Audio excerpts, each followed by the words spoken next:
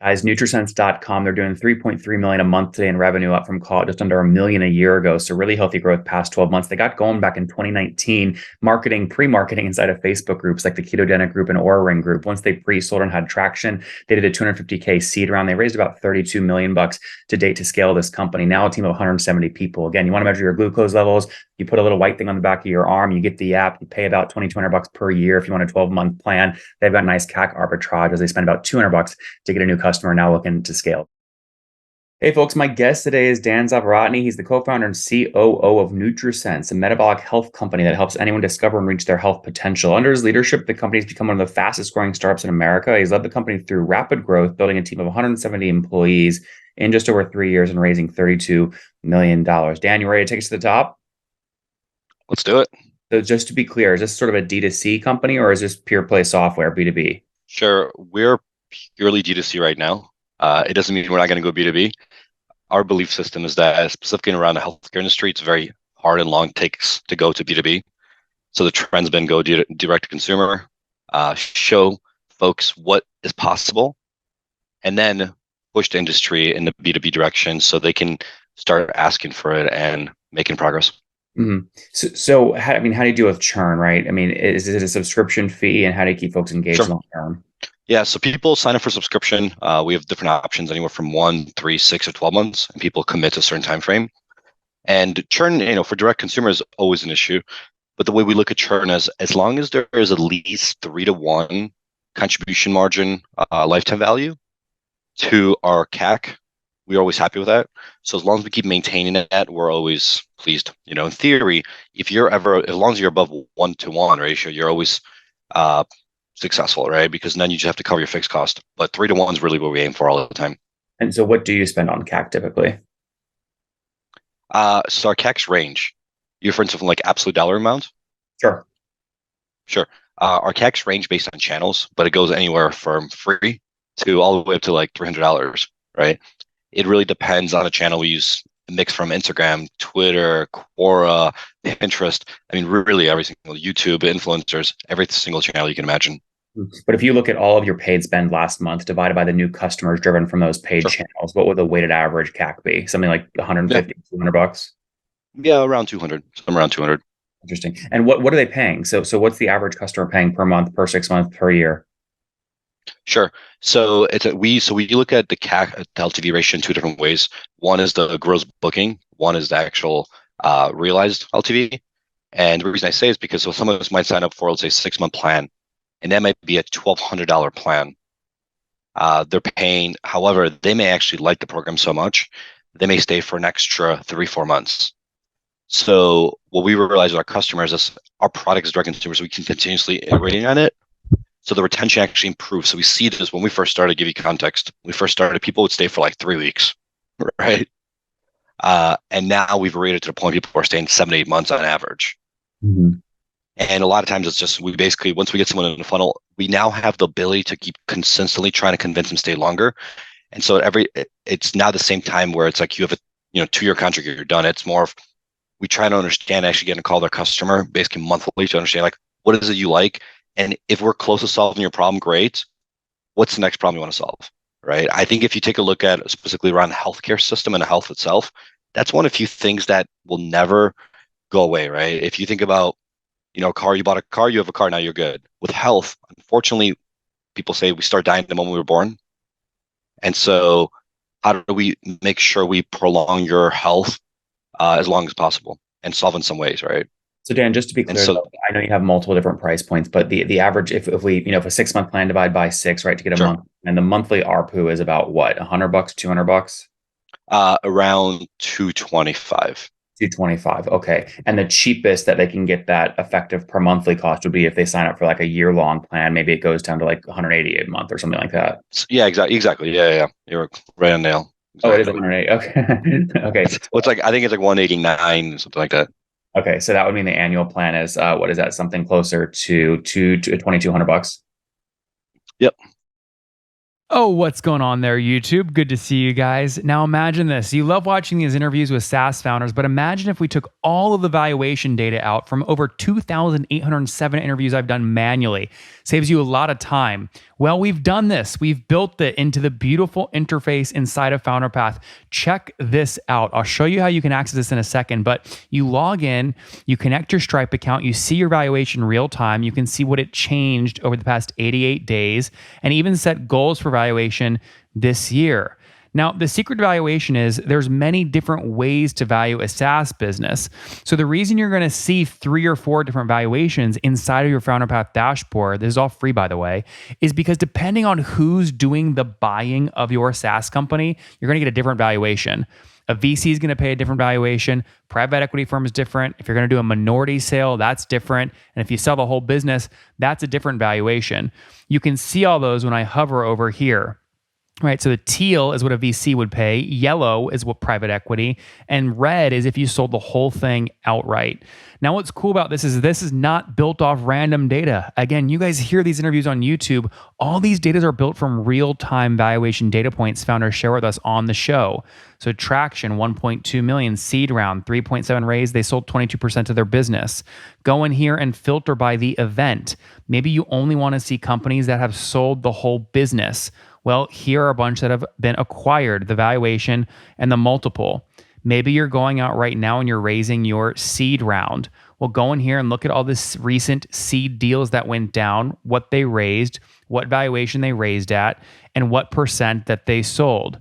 There's never been a larger data set of SaaS valuations than what you can get now inside of FounderPath, and we're thrilled to bring it to you. All right, we're going to go back to the YouTube video here in a second, but if you want to check this tool out, if you want to jump in and sign up, you can check it out for free to get your valuation at this link, founderpath.com/products/valuations. Or if you go to founderpath.com and hover over products, click on get your valuation here and go ahead and sign up to give it a whirl. Again, all that valuation data live right inside the platform. I hope to see you there. All right, let's jump back into the interview. Walk me through. Okay, so we jumped right into economics really quick here. Let me just take a step back for a second, right? So you have, it's all about health, but I think there is a physical monitor. People are putting them back of their arms, Sure. appetized to, and you're mainly focused on glucose. Give us more detail on the product. Sure. So basically, there's three pieces you get. You sign up, and we write a digital medical prescription in your state for you through our health partner for a device called Continuous Glucose Monitor. Then we add analytics on top of that. Okay, why is that important? Why is that important that you file something official? Which part? The medical prescription? Why is that important that you that first thing you just said sounded very official? Why is that required, or why is that needed? Yeah. So when these devices came out, they were specifically focused on type 1 diabetics, and it was meant for insulin injection. As the Medicare and Medicaid system expanded, they realized this is effective for type 2 diabetics, so, who are insulin injections. But that was the focus of the device when it first came out. As the device became more and more effective, and the life of the device was lasting longer, they started expanding the codes for what they could use it for. And so these devices basically track your glucose in real time, 24/7 nonstop. And when they first came out, they were tracking for like 4 hours at a time. Then became 8 hours at a time, then a day. Now they're tracking 14 hours at a time. And so that's the piece that makes this device and part of our package so expensive, is because the hardware is still pretty innovative. And so until the life of the devices gets longer, you have to keep replacing it all the time. Mm-hmm. And so really, we're still at the cutting edge of technology, what's physically available for the buy wearables. Mm-hmm. You might have heard, for example, Apple talking about how they may release some sensors that are looking at your glucose through light spectrum. These devices currently penetrate the skin just a couple of millimeters, and they sit below the blood skin level, and they actually track your actual blood, and that's what they send to your phone. Mm-hmm. So the hardware is expensive. How expensive? What does it cost you to make one of these little white devices? So we actually don't manufacture them. We take it from a third party. There's a couple of companies out there. There's Medtronic, there's Eversense, there's Abbott, there's Dexcom. So we partner with these companies. They manufacture it. What we do really is we focus on the software analytics on top of it. What do you pay for it, though? You have to source them somehow, right? Yep. Yeah. That part, we have negotiated contracts. So that part we have to, unfortunately, keep to ourselves. But what's a range? I mean, are we talking like a dollar a thing, or like $100? Oh, no. It's expensive, right? So it ranges anywhere from like $100 to $140 per month. So these things are eating up a good amount of margin for us. Sorry, break that down though on actual per like unit basis for because I don't know what per month means, right? I don't know how many devices you go through in 1 month. So on one device is going to cost what? $2? No. So that's where the manufacturers make all the money, right? For us, it ranges anywhere from 40 to 60 per device the last 14 days. So the consumer is paying $40 for one device that lasts 14 days, or you're paying your supplier $40 for enough devices to last 40 days? We're paying our supplier that the last 14 days. Of 14 days. And how many white devices would an average human go through in 14 days if they're using Nutrisense? Something like, so you need one device for 14 days. Once you put it on, it stays in your arm for 14 days. Oh, okay. And basically that will use of 14 days. If you sign up for a month, you get 2 devices per month. I thought you said earlier that these last for 14 hours. Did you mean, did I mishear you? 14 days? Sorry. When they started, so the hardware has been improving over the last decade. So when it started, it used to be last 4 hours, then 10 hours, and 14, and it became longer in a day, then 2 days, and now it's 14 days. Oh, I see. Okay, so just to put that all on a shelf, if you guys go to Nutrisense.io, you pay for a plan, you're paying Nutrisense $225 a month, or a 6-month or a 12-month plan. You're getting one white device that you stick on the back of your arm. It costs Nutrisense $40 to source that from the supplier. They make that up in the monthly fees they charge you, but that stays on there for 14 full days, in showers, out of showers, in the pool, out of the pool, whatever. And so you go through 2 per month, and you're going to 12 or something if it's a 6-month plan. You got it. Yeah, okay. You got to double that up, because if you decide on for a month plan, let's say, you need to get 2 of these devices. Yep. Okay, I'm with 2 devices, and you get. Yeah. I'm with you. All right, so now we're past the hardware. Now let's get into I cut you off when you started talking about the app. Let's talk about the app. Yeah. So remember, there's the other part. We need to also pay a medical third-party provider to write the medical prescription for these devices. So that's the other part. So there's an online consult. And then so we have to pay for that no matter what the doctor decides, whether they want a prescription or not. And so we pay for we send in information to the doctor. They decide if they want a prescription. Then that gets routed to a pharmacy partner. Then that fulfills the product, the hardware itself. Oh my gosh, this is complicated. So all up on the stage, we actually take all the risk with very little benefit, right? So it's all about trying to get the consumer to get the opportunity to track their glucose in real time. So Dan, if somebody pays, like I'm used to interviewing just pure SaaS founders, margins are always 5% gross margin, right? I'm getting this sense very quickly. If someone pays you $2,200 for a yearly plan, your margin is not 85%. No, it's not. No. This is why this makes it fun, right? Because I think it's hard. There's the medical side of it, there's the hardware, there's the software, there's also a human portion here too. And I think this is why we went into this, because it's a problem that nobody wanted to attack, because it's a hard problem to solve. Mm-hmm. But your margin, this could be down as your margin could be like 5-10%, something like that, right? On the gross margin perspective? Yeah. Yeah, no, we get better than that, because we start scaling to give you some context, we also have dietitians as well. So there's a human perspective as well on this that keeps coaching you through your data. Mm-hmm. But we get down to like 40, 50%. Oh, that's now as we're scaling. When we started, it was really, really poor. But the nice thing is, with unit economics getting better as you scale the business, you get some improvements there. Yeah. Let's get more history here. When did you launch the business? What year? So we launched September 2019. 2019. And how many white devices have you shipped total to date? So we've had somewhere around 50,000 people use the platform. In regard to the number of devices shipped itself, they paid, right? They paid something. 50,000 people have paid to us for at least 1 month or longer. Yep. They range for people again. Some people sign up for save us a 3. 50, not 15, right? 50,000. No, 50,000. Yes. Okay. Well, then that means you've shipped at least 100,000 devices. At least significantly more than that. Yeah. Interesting. Okay. And then you talked obviously about churn, 7 to 8 months average. How many are still actively sort of paying today and engaged with the platform? Yeah. We're anywhere with somewhere like around 15 to 16,000 people a month. Oh, wow. Okay. That's pretty good. So, do you see any behavioral patterns where somebody maybe a year ago would use you for 6 months, they stop for 6 months and they start again? And if so, do you count that as churn, then a reactivation, or how do you, from a unit economics perspective, map that out? So we actually subgroup people into different categories of are they here just to like do a one-time use? Are they on a continuous use, or are they more of like a health check-in, right? And based on that, we look at the CAC to LTV separately. So for example, a lot of people, they don't need us all the time. And they look at us almost like an annual physical. They're going to come back year after year for 1 month, but they're going to come back 3 years straight. At the same time, like, if you go to the doctor, you don't need to see a doctor every single day, but you do want to go see annually and sometimes semi-annually. And so we actually split up those people into different buckets. And based on that, we determine how we want to track their LTV.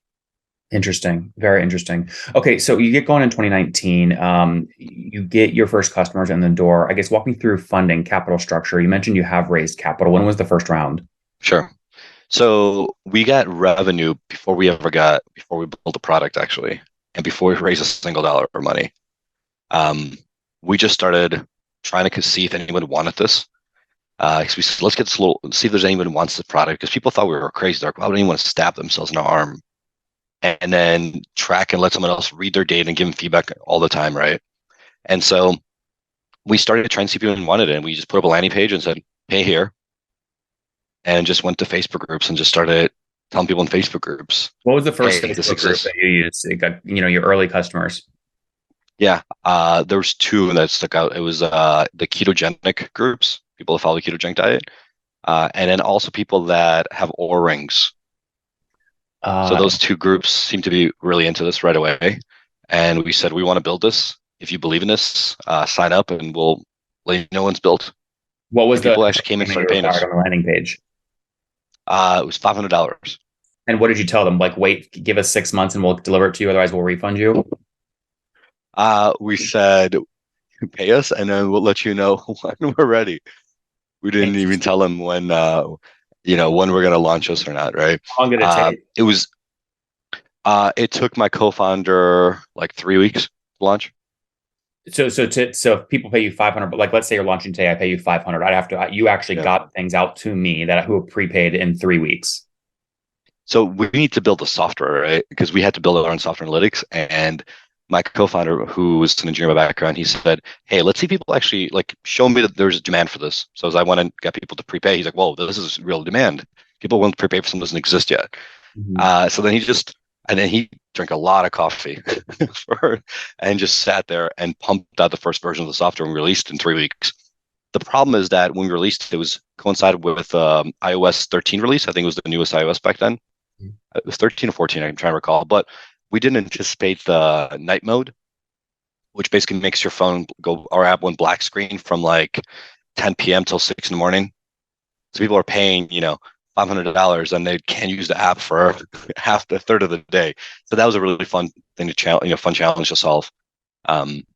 So that's, launch went well. A lot of me acting as customer support after that. And we said, okay, people want this. Now it's actually, try to plan out the next couple months and see how we're going to keep going and try to go raise money and things like that. Well, we're running out of time here. Take us to the funding though, quickly. So when was the first round? How much was it for? Sure. The first round was actually Techstars and one angel. And we got a total of $250,000. That was 2019? This was 2020, about 3 weeks before the pandemic COVID hit. And then, Techstars, I think, was doing $125K for 7% back then or something like that. So what, you sold like 10% of the company back then? Exactly. Yep. And then we were going to, go raise millions of dollars after that. But unfortunately, the COVID hit and we're like, all right, I guess we have to survive on revenue instead. That's awesome. Then when was the second round? What year? So the second round happened about a year later. We raised another $1.2 million after that. And that was in late 2021? Yeah, exactly. Seed? Would you consider that your seed? Yeah, I guess you can call it seed. It was all on SafeNet. Yep. Yeah, fair. Okay. And then most folks in seed, they're selling 15 to 20% of the company. Were you sort of in that same range? Yeah, exactly. You're very good at this. I feel like you're getting the numbers better than I am. Awesome. Well, and I just go with averages. I interview so many founders. So, Okay, cool. And then close out the funding story here before we wrap up. I guess there was another round that happened. Yeah. So then we did another round for about 5 million a year later. And then we did another 25 million a year later. 25 million would have been what, like earlier this year? 25 million was actually in August of 2022. Okay. And So the 5 million. So you did a 5 million and a $25 million round in 2022. Yep. Yeah. Okay. The dates are certain. Yep. Yeah, no, that's great. Okay, cool. So that's your funding. You raised call it 31, 32, 33 million. I think the dates on the 5 might have been earlier. I think it might have been 2021 again, and then 2022 for the 25. Oh, I see. Okay, cool. Series A standard there, 15% of the company. That. Yeah. Okay, exactly. Cool. And then I guess, you talked about the Facebook groups as your first users. You're now at 15,000 customers. You told us earlier, ARPU, so average revenue per user per month, is something like $220. I mean, that would put you at something like 3.3 million a month in revenue, right around there. Is that about right? Yeah, you're in the ballpark. Okay. We're getting there. If that's where you are today, where were you a year ago? So we calculate growth rate. A year ago, we were about 3.5 less that. So somewhere around a little under $1 million a month. Wow, in MRR. Yeah, MRR, yeah. Wow. Okay. So holy crap. So you've seen it. Most of your growth has come over the past 12 months. Then what happened? That's incredible growth. You like 3x'd. Well, I mean, the year before that, we did about 7x. Oh, okay. Smaller numbers though, but still going from $1 million to 3.5 million a month is incredible growth over 12 months. How'd you do it? Was it a new channel you turned on? Facebook ads? What was it? It was everything. I mean, it went from the first 2 years, I did all the marketing by myself. And the next year and a half was build an entire marketing team. Now we have a 18-person marketing team, and it's everything from SEO, Facebook ads, Google ads, Twitter, Quora, Pinterest, every single thing you can imagine. Influencers, but it really went from just omni-channel to multi-channel with like 13 different channels all pumping at the same time. Wow. How many are on the team full time today? Everybody. I'm sorry? How many are on the team today full time? Everybody. On the marketing team specifically? The whole team, everyone. Oh, the whole team, 170 people. 170. Interesting. How many are engineers? Engineers currently are about 25. That's including data science team as well. Interesting. Yeah, very interesting. Okay, cool. So hardware, software, recurring revenue. You sometimes recover CAC instantly if they pay for 6 months up front and you only spent $200 on the core ad, right? So we used to do this upfront, but we realized that's, we want to try to slowly work toward making this affordable to more people. So we got rid of the prepayments. At first, we had prepayments because it actually helped funnel the company. 100%. That's how we have to raise as much money because we were able to just get cash and run that business that way. But we could remove that. So now it's monthly payments. Okay, that's fair. Interesting. So you lose your arbitrage on payback period there a little bit, but you still have a healthy LTV to CAC ratio, right? You get paid back in like 2-3 months. Exactly. Yep. Yeah. Interesting. Okay, what's next? So I guess as we wrap up, if people want to learn more about this, where can they find you online? Sure. You can have me on LinkedIn. Always happy to help and other entrepreneurs. Dan Zarutny. You could sign up for our newsletter on Nutrisense.com. We actually finally got Nutrisense.com. We couldn't afford Nutrisense.com before. Now we have made a little bit of money. Now we finally went in. Come on, what'd you pay? What'd you pay for the .com? Well, let's say for the IO we paid $7. Okay. Right? For the .com in mid tens of thousands. How about that? Okay, that's actually not too bad for the .com. That's pretty good. All right, and then final 5 here, rapid fire. Number 1, favorite book. Lean Startup, big fan. Number 2, is there a CEO you're following or studying? Yeah, it's interesting. My co-founder, my CEO, because my job as chief operating officer, I have to basically be the opposite of him. So whatever he gets good at, I have to go do something else, right? So I'm constantly just looking at what he's improving at, what he's getting, what he's not focused on, so I can complement him in that direction. Awesome. Number 3, what's your favorite online tool for building Nutrisense? Airtable. Yeah. We used Airtable for everything for the first 3 years. Yeah. Number 4, how many hours of sleep do you get every night? Much more now than before. Before I was like 5, 6. Now I'm getting 9. That's amazing. I realize how sleep is just incredibly critical. More important than even gym or nutrition. 100%. And what's your situation? Married, single, kids? Single at this point in time. Okay. Any kids or no? No kids yet. No kids. And Dan, how old are you? I'm 34. 34. Last question. Something you wish you knew when you were 20. I think it's having a mindset of failure is part of the process. I mean, it's great not to fail, but worst comes to worst, you learn a bunch, and there's no risk really, right? What's the worst happens? You get a job, and I think that was a fear that I've always had, and I never took that chance, but finally took a chance as an adult. Guys, Nutrisense.com, they're doing 3.3 million a month today in revenue, up from call it just under $1 million a year ago. So really healthy growth past 12 months. They got going back in 2019, pre-marketing inside of Facebook groups like the Ketogenic group and Oura Ring group. Once they pre-sold and had traction, they did a 250K seed round. They raised about 32 million bucks to date to scale this company. Now a team of 170 people. Again, you want to measure your glucose levels. You put a little white thing on the back of your arm, you get the app, you pay about 2,200 bucks per year if you want a 12-month plan. They've got nice CAC arbitrage as they spend about 200 bucks to get a new customer now looking to scale. Dan, thanks for taking us to the top. Thanks for having me. Appreciate it. One more thing before you go. We have a brand new show every Thursday at 1 p.m. Central. It's called Shark Tank for SaaS. We call it Deal or Bust. One founder comes on, 3 hungry buyers, they try and do a deal live, and the founder shares back-end dashboards, their expenses, their revenue, ARPU, CAC, LTV, you name it, they share it. And the buyers try and make a deal live. It is fun to watch every Thursday, 1 p.m. Central. Additionally, remember, these recorded founder interviews go live. We release them here on YouTube every day at 2 p.m. Central. To make sure you don't miss any of that, make sure you click the subscribe button below here on YouTube, the big red button, and then click the little bell notification to make sure you get notifications when we do go live. I wouldn't want you to miss breaking news in the SaaS world, whether it's an acquisition, a big fundraise, a big sale, a big profitability statement, or something else. I don't want you to miss it. Additionally, if you want to take this conversation deeper and further, we have by far the largest private Slack community for B2B SaaS founders. You want to get in there. We've probably talked about your tool if you're running a company or your firm if you're investing. You can go in there and quickly search and see what people are saying. Sign up for that at nathanlatka.com/Slack. In the meantime, I'm hanging out with you here on YouTube. I'll be in the comments for the next 30 minutes. Feel free to let me know what you thought about this episode. And if you enjoyed it, click the thumbs up. We get a lot of haters that are mad at how aggressive I am on these shows, but I do it so that we can all learn. We have to counter those people. We got to push them away. Click the thumbs up below to counter them and know that I appreciate your guys' support. All right, I'll be in the comments. See ya.